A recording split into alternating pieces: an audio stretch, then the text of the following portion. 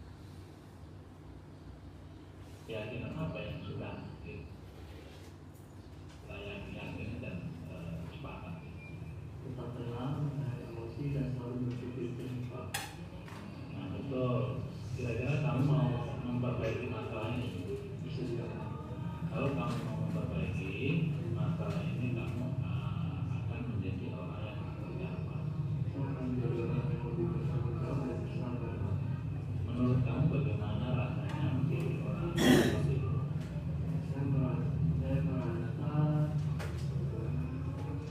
Saya merasa nyaman dan bangga pada diri sendiri karena telah bersabar dan mengatasi Tuhan. Jadi apa yang akan kamu lakukan? Minta maaf pada waktu dan berhenti itu juga sudah saya kerjakan.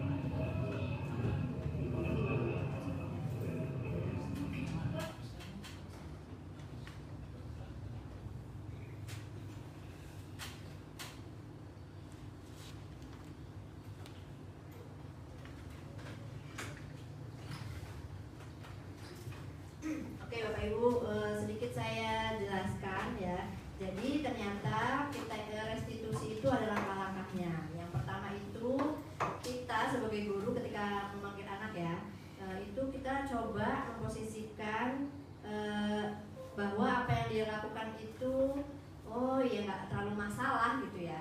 Oh ya sebenarnya kamu nih terlambat, ya nggak banyak sih ya waktu terlambatnya. Cuma telat 5 menit ya gitu. Nah, itu salah satu cara untuk menstabilkan identitas ya. Kemudian yang tahap yang kedua itu validasi tindakan yang salah.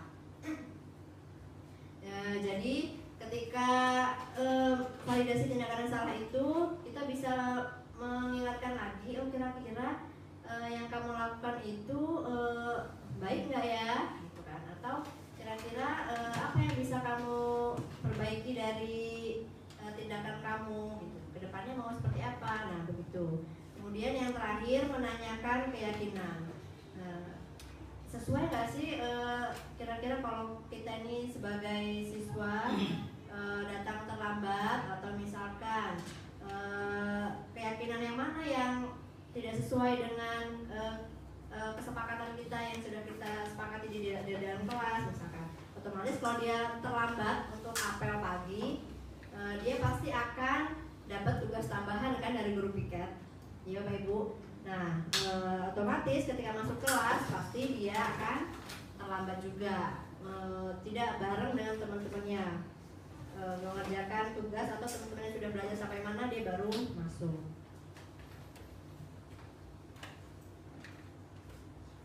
Nah, yang kita harapkan tadi dari tingkatannya tadi ada apa aja Bapak Ibu?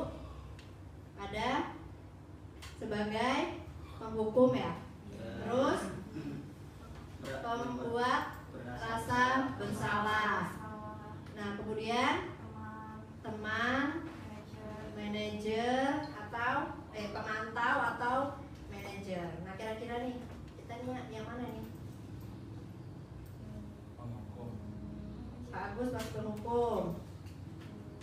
Terus ada yang sering kadangan kalau saya kayaknya seperti teman ya, padahal nggak baik juga gitu loh. Sebagai teman itu nanti dia mengandalkan gurunya gitu, ketika dia dibenarkan atau kita so asik gitu dengan dia pasti nggak apa-apalah sama ibu ini, pasti dia nanti dulu juga gitu kan.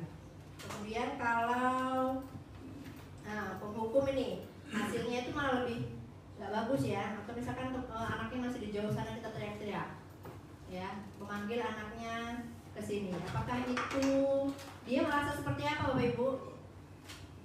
Ketika kita memanggil anak itu dari kantor, kemudian anak itu masih di kantin, kita teriak-teriak, apa yang akan dia rasakan? Rasa malu ya kan, diteriakin. Kemudian ujung-ujungnya dia akan apa? Apalagi kemudian dia akan menandai guru itu kan, ya bapak ini gitu kan, ibu ini gitu kan, pasti dia ada rasa dendam ya, apalagi tadi yang sudah disampaikan Pak Agus gitu kan, malah nantangin gitu kan anaknya, atau dia merasa so hebat di depan teman-temannya. Kemudian yang membuat rasa bersalah tadi itu murid akan merasa menjadi orang yang gagal dan tidak sanggup membahagiakan orang lain ya, karena tadi kan ibu kecewa banget tuh sama kamu gitu ya, misalkan kayak gitu.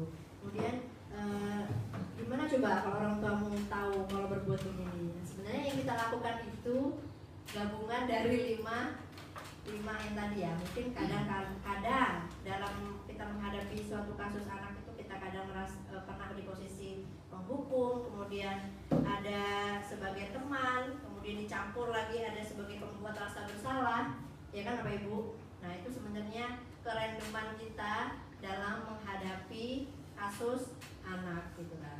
Kalau kita tahu ilmunya, kita jadi lebih tahu gitu bagaimana sih memposisikan diri kita gitu kan ke anak-anak ini. Apalagi anak yang kita hadapi ini anaknya yang sudah besar, yang dibilang dewasa tapi ya belum ngerti gitu kan. Tapi ya itulah mereka itu punya sifat yang akan menandai gitu. Kalau misalnya kita berbuat yang atau berkata kasar pasti dia akan males gitu kan. Apalagi kalau nggak ada angin, nggak ada hujan, tiba-tiba kita marah gitu kan. Apa sih Bu ini, pasti kayak gitu ya kan.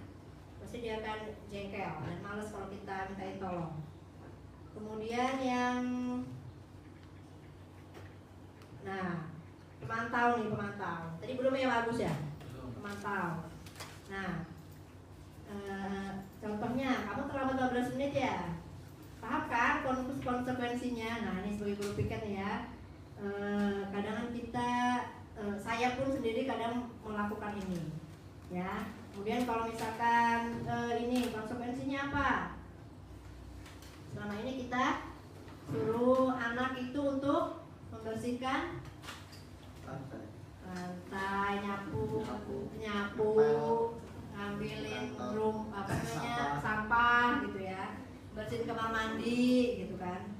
Nah, asalkan murid itu tahu nggak sih konsekuensinya harus dijalankan apa. Jadi kita itu nggak perlu marah gitu ya, atau emosi yang berlebihan. Nah, yang paling bagus itu ketika kita memposisikan diri sebagai manajer. Namanya juga manajer ya, di mana-mana nama manajer itu selalu bagus, ya kan? Di perusahaan, kemudian di dunia industri pun manajer itu pasti posisi yang paling atas, ya. Kita pun guru bisa menjadi sebagai manajer, ya. Nah, contohnya tadi itu melakukan 3 kalimat restitusi, ya.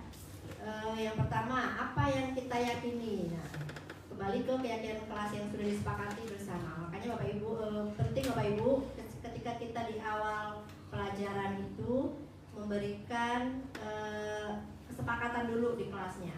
Jadi kita punya aturan nih di kelas, ya kan? Yang aturan itu nanti merujuk ke ujung-ujungnya ke aturan sekolah, gitu ya. Misal anak-anak kira-kira nih, kalau kalian kehilangan barang, ya kalian suka nggak kayak gitu? Pasti mereka bilang nggak suka Bu. Gitu. Apa yang berarti kita melanggar apa? Tidak menghargai orang lain atau barang milik orang lain, ya. Nah, jadi kita kembalikan lagi ke situ. Misalkan kita anak-anak kelas 10 nih kan suka banget masih sering ngomongin nama orang tua, ya kan? Itu tandanya mereka belum menghargai orang lain. Ya, berapa menit tadi? 58.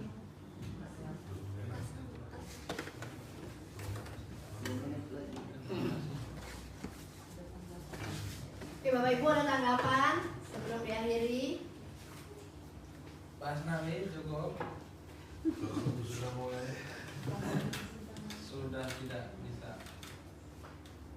Oke, bolehlah minta testimoni ya untuk pembelajaran kita pada siang hari ini.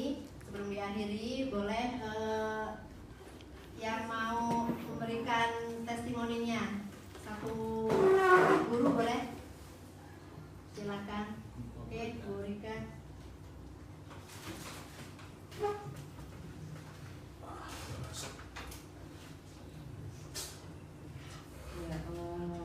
Terima kasih.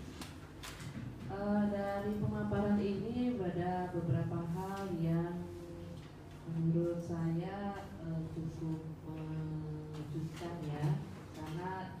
dampak dari yang selama ini kita yakini atau kita pahami. Contohnya seperti motivasi ekstrinsik tadi yang memberi hadiah atau ujian ya atau penghargaan. Ya sebenarnya kalau dipikir-pikir iya, jadi anak itu melakukan disiplin itu atau katakanlah patuh gitu karena dia berharap ya ada yang dari orang luar yang memberikan sesuatu kepada dia. Ketika itu dihilangkan, tidak diberikan lagi, dia akan kecanduan gitu ya, kayak lagi gitu ya. Dan itu ternyata tidak pas ya. Kemudian hal lagi yang cukup menantang kayaknya yang segitiga restitusi tadi. Ya mungkin sih agak sedikit kurang yakin banget ya. Tapi tidak ada salahnya kalau kita coba ya. Pertama-tama mungkin akan ada sedikit kesulitan.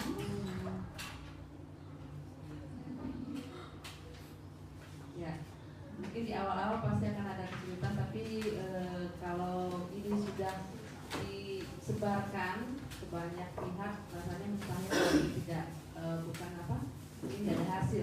Pasti di beberapa tempat ini cukup berhasil sehingga ini diperkenalkan kepada kita gitu ya, untuk menegakkan disiplin positif. Demikian, terima kasih Bu Pepi dan Pak Gus.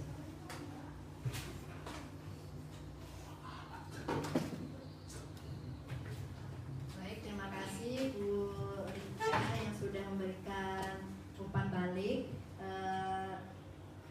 Kita akhiri pemaparan diseminasi pada siang hari ini. Saya kembalikan kepada Pak MC. Oke, terima kasih Bapak Ibu semuanya. Kita sudah melakukan kegiatan ini kolaborasi dengan kami CGP, Bu Pepi dengan saya. Mudah-mudahan apa yang kami sampaikan dapat bermanfaat untuk kita semua. Saya akhiri. Wassalamualaikum warahmatullahi wabarakatuh.